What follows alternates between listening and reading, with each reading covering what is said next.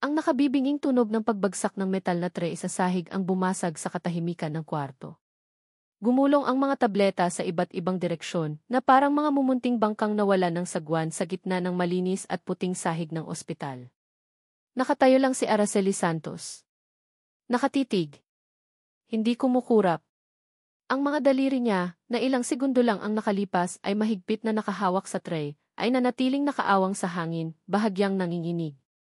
Naririnig niya ang mabilis na pagtibok ng kanyang puso sa loob ng kanyang dibdib, na tila gustong kumawala. Ano? Ano ang sinabi niya?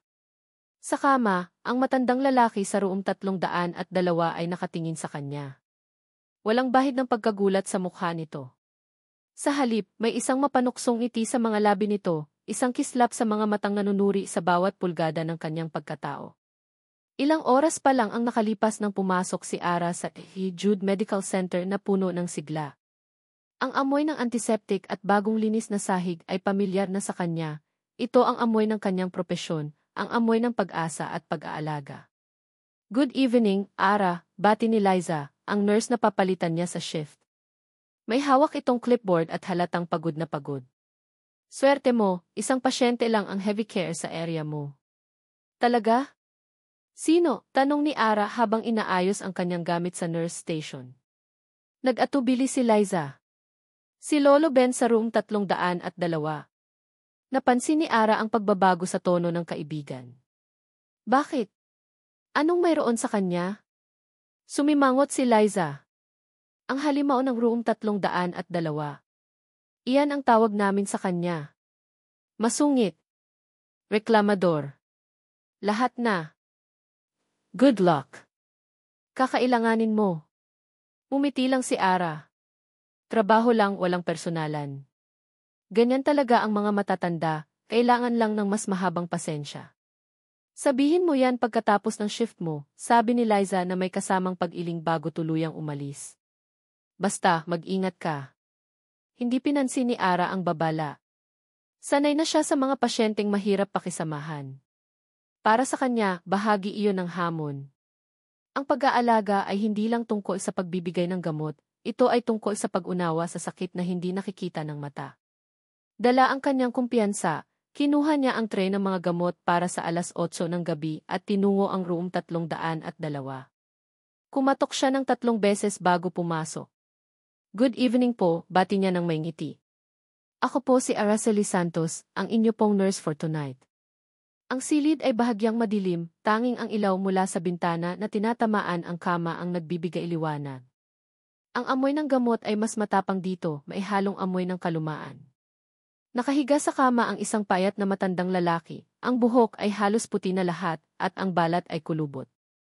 Nakatingin ito sa bintana, tila walang narinig. Lolo Ben, tawag ulit ni Ara, lumapit siya ng dahan-dahan. Oras na po para sa gamot ninyo. Dahan-dahang lumingon ang matanda. Ang mga mata nito ay matalim, puno ng pagkainis. Sino ka na naman? Pabago-bago kayo ng mukha dito. Nakakarindi. Napalunok si Ara ngunit pinanatili ang ngiti. Pasensya na po. Ako po si Ara. Heto na po ang gamot ninyo. Tiningnan ni Lolo Ben ang baso ng tubig at mga tableta sa tray. Umiling siya. Ayoko niyan. Mapait. Lasang-lason.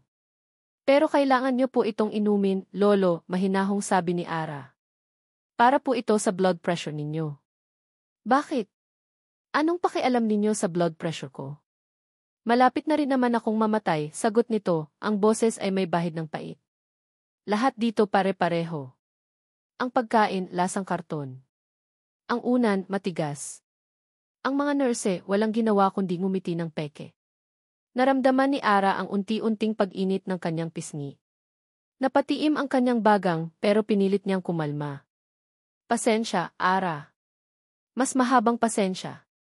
Pasensya na po kung hindi ninyo nagustuhan ang serbisyo namin, sabi niya sa pinakakalmadong boses na kaya niya. Pero ang gamot po ay importante. Tinitigan siya ni Lolo Ben mula ulo hanggang paa. Ang tingin nito ay tila hinuhubaran ang kanyang uniforme, ang kanyang profesionalismo, hanggang sa maramdaman niyang para siyang isang spesimen sa ilalim ng mikroskopyo. Bago ka, ano, tanong nito. Mukha ka pang bata. Sariwa. Hindi kumibo si Ara. Hinawakan niya ng mas mahigpit ang tray. Alam mo, Ineng, pagpapatuloy ng matanda, biglang nagbago ang tono. Nawala ang pagkainis at napalitan ng isang bagay na mas kalkulado. Maihihilingin sana ako sa'yo. Ito na siguro iyon, naisip ni Ara. Baka gusto nitong magpakuha ng ibang unan, o baka gusto nitong ipatawag ang doktor. Ano po yun, Lolo? Susubukan ko pong gawin kung kaya ko. Huminga ng malalim si Lolo Ben, tumingin siya sa mga mata ni Ara, isang tingin na direkta at walang paligoy-ligoy na siyang nagpatindig ng balahibo sa kanyang batok. Ineng, bago ako mamatay. Nag-antay si Ara. Gusto kong makasiping ng isang magandang dilag na katulad mo. At doon na nangyari. Ang mundo ni Ara ay tumigil. Ang mga salita ay umalinggaw-ngaw sa kanyang isipan, paulit-ulit, na parang sirang plaka.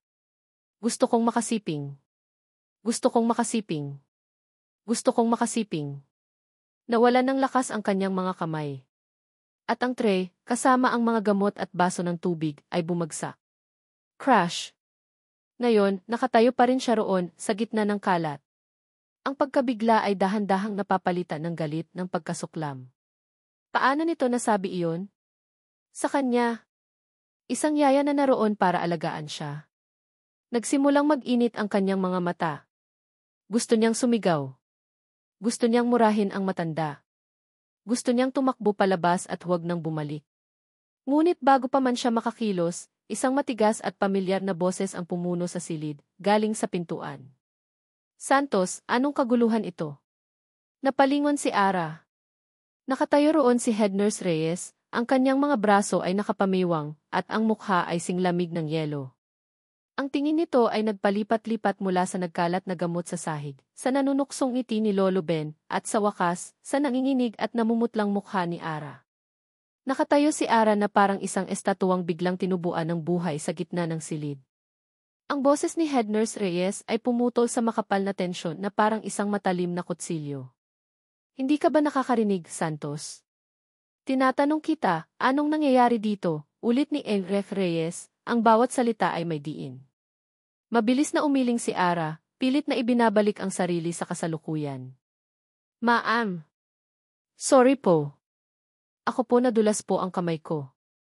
Iyon lang ang tanging palusot na naisip niya. Paano niya sasabihin ang totoo? Na ang pasyenteng dapat niyang alagaan ay nag-alok sa kanya ng isang bagay na napakarumi at nakakababa ng pagkatao. Baka siya pa ang sisihin. Baka isipin nilang binigyan niya ng motibo ang matanda. Tiningnan ni Head Nurse Reyes ang nagkalat na gamot, pagkatapos ay ang walang kibong si Lolo Ben, at sa huli, ang namumutlang mukha ni Ara. Linisin mo yan, utos nito sa malamig na boses. At kumuha ka ng kapalit na gamot. Siguraduhin mong maiinom niya yan. Kung hindi mo kaya ang isang simpleng trabaho, marami pang ibang nurse na gustong-gusto ng posisyon mo. Maliwanag? Opo, ma'am. Maliwanag po, sagot ni Ara, ang boses ay halos pabulong.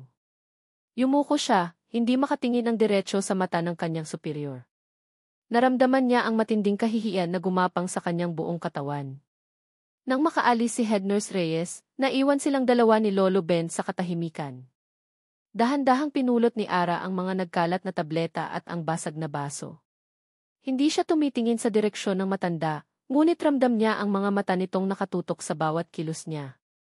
Kasalanan mo to, bulong niya sa sarili, puno ng galit.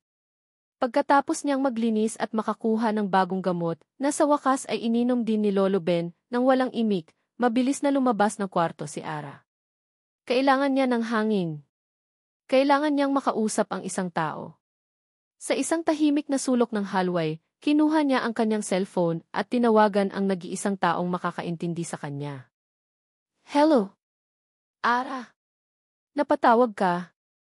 May problema ba? Sagot ni Marco sa kabilang linya, halata ang pag-aalala sa boses nito. Sa pagkarinig pa lang sa boses ni Marco, bumigay na ang pader na kanina pa niya pinipigilan. Marco, simula niya, nanginginig ang boses. Yung pasyente sa 302. Yung sinasabi ni Lizad. Bakit? Anong ginawa niya sa'yo? Tanong ni Marco, ang tono ay nagiging maseryoso. Basto siya, Marco. Sobrang bastos, sabi ni Ara, at ikinuwento niya ang lahat. Ang bawat salita ay lumalabas na may kasamang galit at panginginig. Sinabi niya sa akin gusto niya raw akong. Hindi ko kayang ulitin, Marco. Nakakadiri. Narinig niya ang paghinga ng malalim ni Marco sa kabilang linya. Ano? Hayop yung matandang iyon ah. Sinabi mo ba kay head nurse? Hindi. Anong sasabihin ko? Nashock ako, nabitawan ko yung tray. Ngayon, ako pa ang napagalitan. Hindi pwede yan, Ara. Hindi mo kailangang tiisin yan dahil lang sa trabaho mo. Ipare-assign mo na yan. Bukas na bukas, kausapin mo si Ilref Reyes. Sabihin mo ang totoo. Kung ayaw niya, ako ang kakausap sa kanya. Ang pagiging protektibo ni Marco ay nagbigay ng kaunting ginhawa kay Ara, ngunit may parte sa kanya na nag-aalangan. Ayoko namang isipin nila na hindi ko kaya ang trabaho ko. Bago pa lang ako dito, Marco. Hindi ito tungkol sa kakayahan mo, Ara. Tungkol ito sa respeto. Kung hahayaan mo yan, ulit-ulitin niya lang yan sa'yo o sa ibang nurse. Please, Ara. Para sa akin, gawin mo iyon. Pag-iisipan ko, mahinang sagot ni Ara. Salamat, Marco. Walang anuman. Tawagan mo ako ulit kung kailangan mo ako, kahit anong oras. Pagkatapos ng tawag, pakiramdam ni Ara ay bahagya siyang gumaan, ngunit ang galit ay nandoon pa rin. Tama si Marco. Hindi niya dapat tiisin iyon. Bukas, kakausapin niya si Head Nurse Reyes. Hihilingin niyang ilipat siya ng pasyente. Ilang oras ang lumipas. Ang ospital ay unti-unting tumahimik habang lumalalim ang gabi. Ginawa ni Ara ang kanyang mga regular na rounds, tinitingnan ang bawat pasyente sa kanyang area. Bawat pagdaan niya sa tapat ng room 302, bumibilis ang tibok ng kanyang puso. Iniiwasan niyang sumilip sa loob. Nang malapit na ang hating gabi, kailangan na niyang i-check ang vital signs ng lahat. Dala ang bigat sa kanyang dibdib, dahan-dahan niyang binuksan ang pinto ng room 302. Inaasahan niyang makikita ang isang halimaw na natutulog. Ngunit ang nakita niya ay iba. Gising si Lolo Ben, hindi ito nakatingin sa kanya. Nakaupo ito ng bahagya sa kama, nakasandal sa mga unan at nakatingin sa malaking bintana. Ang kanyang figura ay isang malungkot na anino laban sa kumikinang na mga ilaw ng syudad sa labas. Ang kanyang mga balikat ay nakakuba, ang kanyang ulo ay bahagyang nakayuko. Sa sandaling iyon, hindi siya mukhang isang bastos na matanda. Mukha siyang maliit. Mahina. At higit sa lahat, mukha siyang nag-iisa. Isang kurot ng awa ang biglang naramdaman ni Ara, isang emosyon na ikinagalit niya sa sarili. Hindi, Ara. Huwag kang maaawa sa kanya. Tandaan mo ang ginawa niya.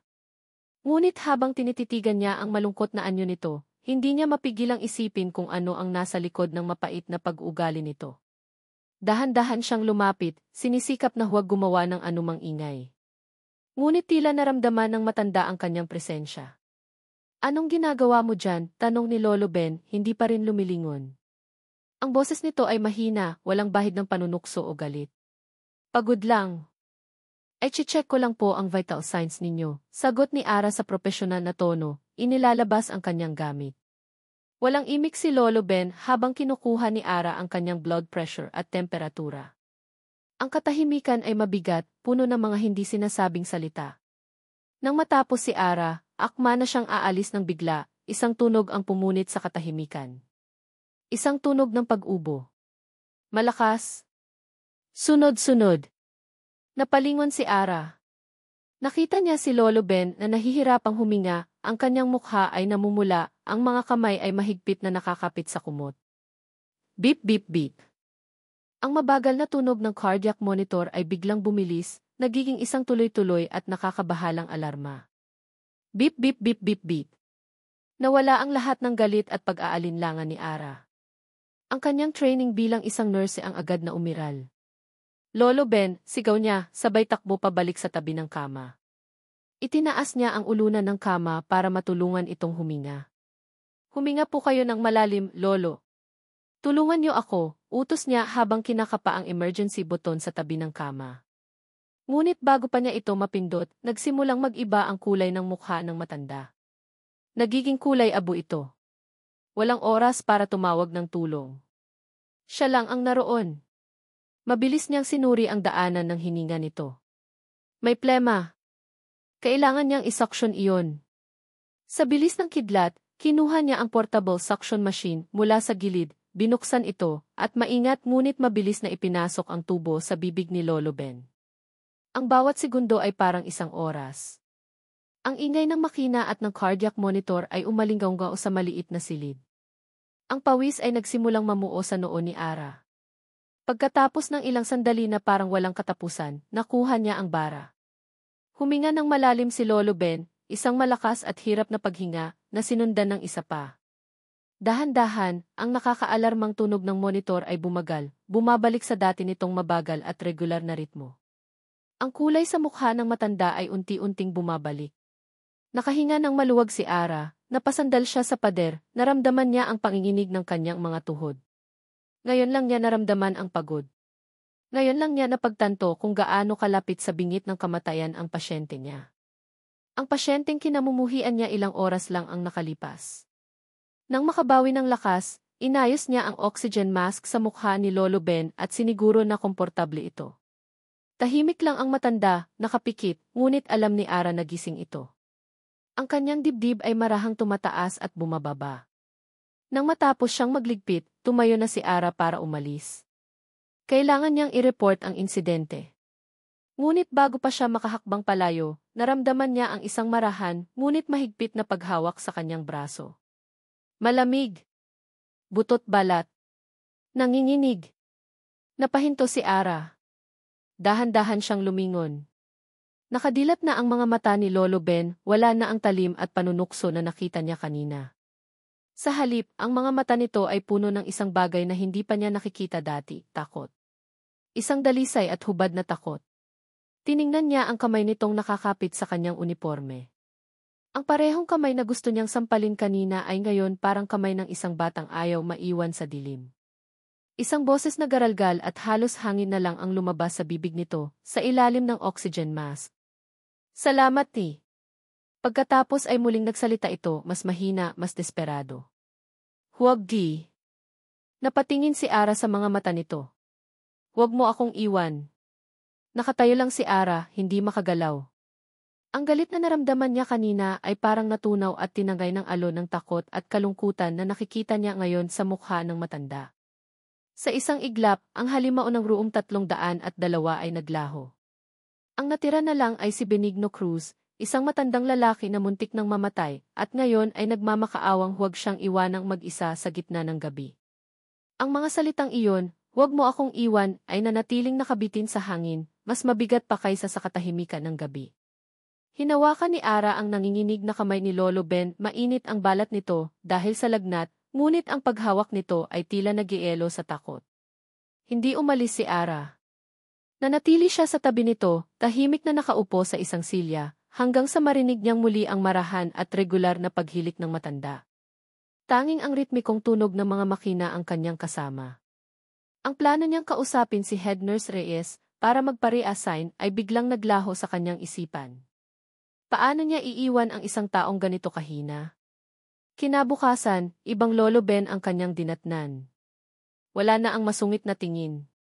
Wala na ang mga mapanuksong salita. Nang pumasok si Ara dala ang almusal nito, nakita niya itong nakatingin sa kanya, may pag-aantay sa mga mata. Good morning po, Lolo, bati ni Ara, pilit na pinapasigla ang boses. Kain na po kayo. Walang reklamo. Walang sabi-sabing lasang karton ang pagkain. Tinanggap nito ang tray at nagsimulang kumain ng dahan-dahan. Tahimik lang si Ara habang pinagmamasdan niya ito. Ang pagbabagong ito ay mas nakakapanibago kaysa sa dati nitong kasungitan. Salamat sa ginawa mo kagabi, Ineng, sabi ni Lolo Ben sa pagitan ng mga subo. Hindi ito nakatingin sa kanya. Nakatuon ang mga mata nito sa pagkain. Kung hindi dahil sayo, baka hindi na ako nagising. Trabaho ko po yun, sagot ni Ara. Umiling ang matanda. Hindi. Iba yung sayo. Hindi ka natakot. Hindi ka umalis. Pagkatapos kumain, habang inaayos ni Ara ang higaan nito, may kinuha si Lolo Ben mula sa maliit na drawer sa tabi niya. Isang luma at gastadong pitaka na gawa sa katad. Maingat niya itong binuksan at mula sa isang sikretong bulsa, kumuha siya ng isang litrato. Nakatape pa ito para hindi tuluyang masira. Kupas na ang mga kulay at may mga tupi sa gilid. Tingnan mo, sabi nito, iniabot ang litrato kay Ara. Kinuha iyon ni Ara. Sa litrato, may isang batang babae, mga 15 taong gulang siguro, na may mahabang itim na buhok at isang napakatamis na ngiti. Ang kanyang mga mata ay kumikinang, puno ng buhay at pangarap. May pagkakahawig ito sa kanya, napansin ni Ara, lalo na sa hugis ng mga mata. Sino po siya? Tanong ni Ara. Si Angela, sagot ni Lolo Ben, may kakaibang lambing sa kanyang boses. Ang apo ko. Ang nag-iisa kong apo. Nasaan po siya ngayon? Isang anino ng kalungkutan ang dumaan sa mukha ng matanda. Matagal bago ito sumagot. Wala na siya. Kinuha na siya ng Diyos. Matagal na. Naramdaman ni Ara ang paninikip ng kanyang dibdib. Isang bata. Isang apo. Iyon pala ang dahilan ng lahat ng pait sa puso nito. Bago pa man siya makapagsalita, isang masayang boses ang narinig niya mula sa pinto. Ara! Surprise! Dala kita ng paborito mong siopao. Napalingon si Ara at napangiti. Si Marco may dalang isang paper bag at nakangiti ng malapad. Ang presensya nito ay parang sikat ng araw na pumasok sa madilim na kwarto. Marco! Anong ginagawa mo dito? Tuwang-tuwang tanong ni Ara. Dinalaw ang pinakamagandang nurse sa buong ospital, sagot ni Marco, sabay kindat. Kumusta ka? Okay ka lang ba talaga? At kumusta na yung pasyente mo? Tumingin si Marco kay Lolo Ben at bahagyang nawala ang ngiti nito. Okay na kami, mabilis na sagot ni Ara. Mabait na siya. Tubig, sabi ng isang mahinang boses mula sa kama. Napalingon si Ara. Sandali lang, Marco ha. Lumapit siya kay Lolo Ben at inabutan ito ng tubig. Bumalik siya kay Marco, dala ang siopao. Salamat dito ha. Tamang-tama, gutom na ako. Walang anuman. Basta ikaw, sabi ni Marco, ang mga mata ay nakatingin lang kay Ara. Ang mga sandaling ganito kasama si Marco ang nagpapagaan sa mahirap niyang trabaho. Pakiayos ng unan ko, ineng, sabi ulit ni Lolo Ben. Muling nagpaalam si Ara kay Marco at inayos ang unan ng matanda. Nang bumalik siya, napansin niyang nakakunot na ang noo ni Marco. Sige, kainin mo na yan. Baka may utos na naman ang lolo mo, sabi ni Marco, may bahid ng sarkasmo sa salitang lolo. Marco naman, hindi okay lang. Mukhang kailangan kanya. Para pagaanin ang sitwasyon, naupo si Ara at nagsimulang kumain. Sige na, kumain ka na rin. Kwentuhan mo ko. Ngunit ang kanilang usapan ay palaging napuputol. Isang tawag mula kay Lolo Ben para sa kumot. Isa pang tawag para ipasara ang bintana dahil malamig daw. Bawat utos ay parang isang karayom na tumutusok sa pasensya ni Marco. Nang sa wakas ay nakatulog na si Lolo Ben, nagkaroon sila ng pagkakataong mag-usap ng masinsinan. Pinapahirapan kanya, Ara, sabi ni Marco, hindi na maitago ang inis. Nakikita ko. Ginagawa kanyang personal na alalay. Hindi naman, Marco. Matanda na kasi. At malungkot lang talaga siya. Bakit? Ano bang nangyari? At ikinuwento ni Ara ang tungkol sa apo nitong si Angela. Pagkatapos, ikinuwento rin ni Lolo Ben na nagising pala ang tungkol sa kanyang asawa. Ang asawa ko siya ang pinakamagandang babae sa buong Batangas, simula ni Lolo Ben, ang mga mata ay nakatingin sa malayo, tila binabalikan ang isang matamis na alaala. Nagkakilala kami sa isang pista sa Bawan. Nakasuot siya ng pulang bestida. Mula nang makita ko siya, alam ko nang siya ang para sa akin. Ang kwento nito ay parang isang pelikula. Puno ng kilig, ng harana, ng mga lihim na pagkikita. Ngunit ang dulo ay malungkot. Nakuha siya sa akin ng maaga. Isang sakit sa puso. Biglaan lang. Ni hindi ako nakapagpaalam ng maayos. Naantig si Ara. Ito ang kwento sa likod ng pait. Isang lalaking nawala ng asawa at apo. Kaya pala ganoon na lang ang lungkot niya, bulong ni Ara kay Marco nang makaalis ito sa kwarto. Ngunit may isang maliit na detalye na bahagyang gumulo sa isip ni Ara. Sinabi ni Lolo Ben na sa Bawan sila nagkakilala, pero kanina, nabanggit nitong Tagalipa ang asawa niya. Siguro nagkamali lang ng alaala, isip niya. Matanda na. Normal lang yon. Nang gabing iyon, bago matapos ang shift ni Ara, muli siyang tinawag ni Lolo Ben, akala niya ay may ipag-uutos na naman ito. Ngunit iba ang sinabi nito. Tinitigan siya ng matanda, isang tingin na malalim at puno ng kahulugan. Alam mo, Ineng, sabi nito, ang boses ay seryoso. Habang tumatagal, lalo kong nakikita. Kamukhang-kamukha mo talaga ang apo kong si Angela. Naramdaman ni Ara ang isang pamilyar na kaba. Ang kaba na naramdaman niya noong unang gabi. Huminga ng malalim si Lolo Ben, kaya maihihilingin sana ulit ako sa'yo.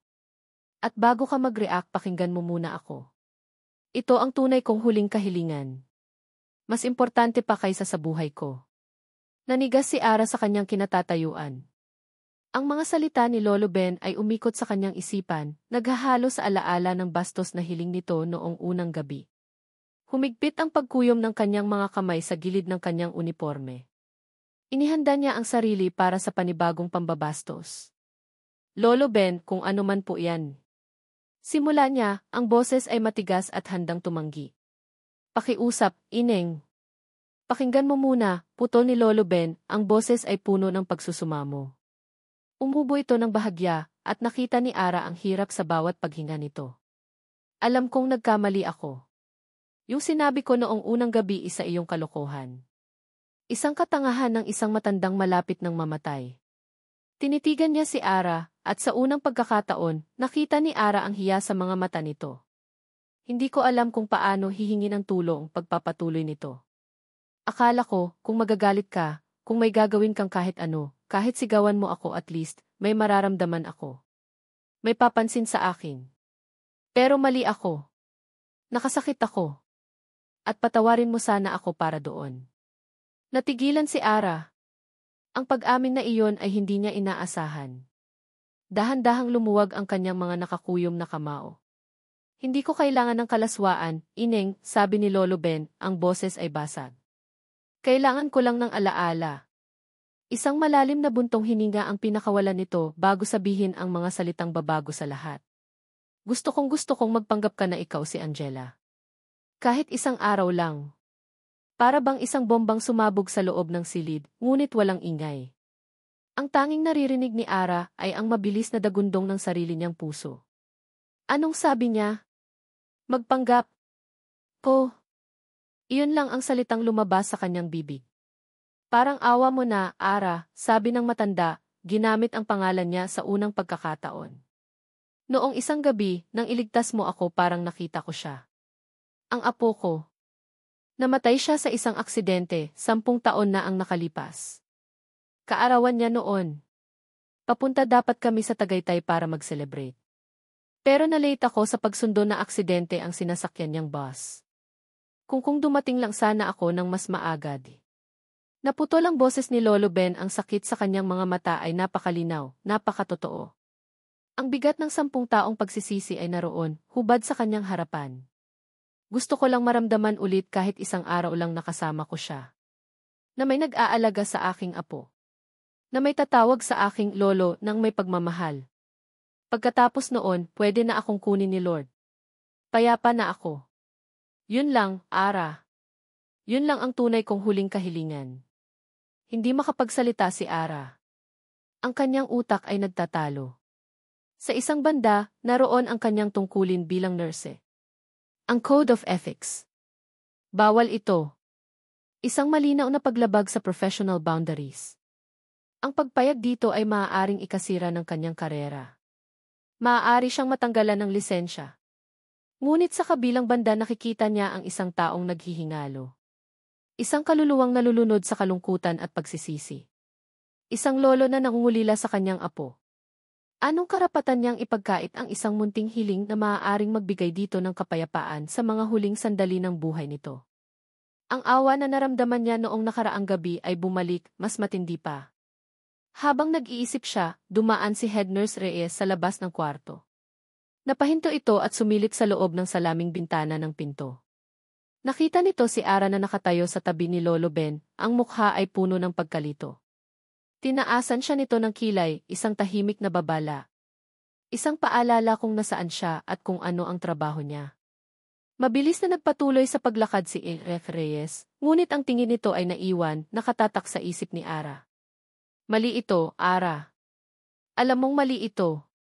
Pag-iisipan ko po, sabi niya sa wakas, hindi makatingin ng diretso sa matanda. Kailangan niyang lumayo. Kailangan niyang mag-isip. Mabilis siyang nagpaalam at lumabas ng silid. Nagpunta siya sa pinakamalapit na banyo at hinarap ang sarili sa salamin. Tinitigan niya ang kanyang mukha, ang kanyang mga mata, ang kanyang buhok. Kamukha nga ba niya si Angela? O desperado lang ang matanda na makakita ng isang pamilyar na mukha sa gitna ng kanyang kalungkutan? Pinagsalikop niya ang kanyang mga palad. Ang pagtulong ay nasa kanyang dugo. Iyon ang dahilan kung bakit siya naging nurse. Ngunit ang hiling na ito ay iba. Hindi ito pagbibigay ng gamot o pag-aayos ng unan. Ito ay pagbibigay ng isang piraso ng kanyang sarili. Isang kasinungalingan para sa kapakanan ng isang namamatay na tao. Hanggang sa matapos ang kanyang shift, gulong-gulo pa rin ang kanyang isip. Bago umuwi, sumilik siya sa huling pagkakataon sa room 302. Akala niya ay tulog na si Lolo Ben, nakapikit ito. Ngunit sa ilalim ng malabong ilaw mula sa hallway, may nakita si Ara. Isang butil ng luha ang gumulong mula sa nakapikit nitong mata, dumaan sa mga kulubot sa kanyang pisngi, at nawala sa puting unan. Sa sandaling iyon, nawala ang lahat ng kanyang pag-aalinlangan. Nawala ang takot kay Head Nurse Reyes. Nawala ang mga alituntunin sa libro. Ang tanging nakita niya ay ang pighati ng isang tao. At sa puso niya, alam na niya ang kanyang isasagot. Sa pagpasok ni Ara sa room 302 kinabukasan, dala niya ang isang desisyon na mas mabigat pa kaysa sa dala niyang tray ng gamot. Huminga siya ng malalim, pinatatag ang kanyang loob. Nakita niya si Lolo Ben na nakatingin sa bintana, ang figura nito ay pamilyar na sa kanya, isang anyo ng pag-iisa. Good morning, Poti. Simula niya at pagkatapos ay nilunok ang sariling kaba. Lolo. Ang isang salitang iyon ay tila nagpabago sa hangin sa loob ng silid. Dahan-dahang lumingon si Lolo Ben, ang mga mata nito, na dati puno ng pait o takot, ay ngayon may bahid ng pagkagulat, na sinundan ng isang bagay na hindi pa nakikita ni Ara sa mukha nito. Isang ngiti. Hindi isang mapanuksong ngiti, kundi isang tunay at taos-pusong ngiti na umabot hanggang sa mga mata nito, na nagbigay buhay sa kulubot nitong mukha. Para bang isang bintanang matagal nang nakasara ang biglang binuksan at pinapasok ang sikat ng araw. Angela, apo, sabi nito, ang boses ay nanginginig sa emosyon. Naramdaman ni Ara ang isang halo ng pagkailang at kakaibang init sa kanyang dibdib. Nagsimula na ang kanyang pagganap. Ang buong araw na iyon ay parang isang panaginip. Sinunod ni Ara ang bawat hiling ni Lolo Ben na hindi na mga utos, kundi mga pakiusap ng isang lolo sa kanyang apo. Naaalala mo ba, Angela, noong tinuruan kitang magbisikleta sa parke? Kwento ni Lolo Ben habang sinusubuan siya ni Ara ng tanghalian. Iyak ka ng iyak dahil natumba ka. Pero sinabi ko sa'yo, ang mahalaga ay hindi ang pagkatumba, kundi ang pagbangon. Tumango lang si Ara, nakangiti. Opo, Lolo. Naaalala ko po. Wala siyang alam na alaala, ngunit ang kislap sa mga mata ng matanda habang nagkukwento ay sapat na para sa kanya. Nagkwento ito tungkol sa mga araw na ipinapasyal daw siya nito sa Luneta para kumain ng dirty ice cream. Tungkol sa unang beses na nanood sila ng scene at kung paano siya natakot sa malaking screen. Ang mga kwento ay simple, mga ordinaryong alaala na para kay Lolo Ben ay ang pinakamahalagang yaman sa mundo. At si Ara ay naging isang sisidlan para sa mga alaalang iyon, isang tagapakinig na sabik na tumango at mumiti.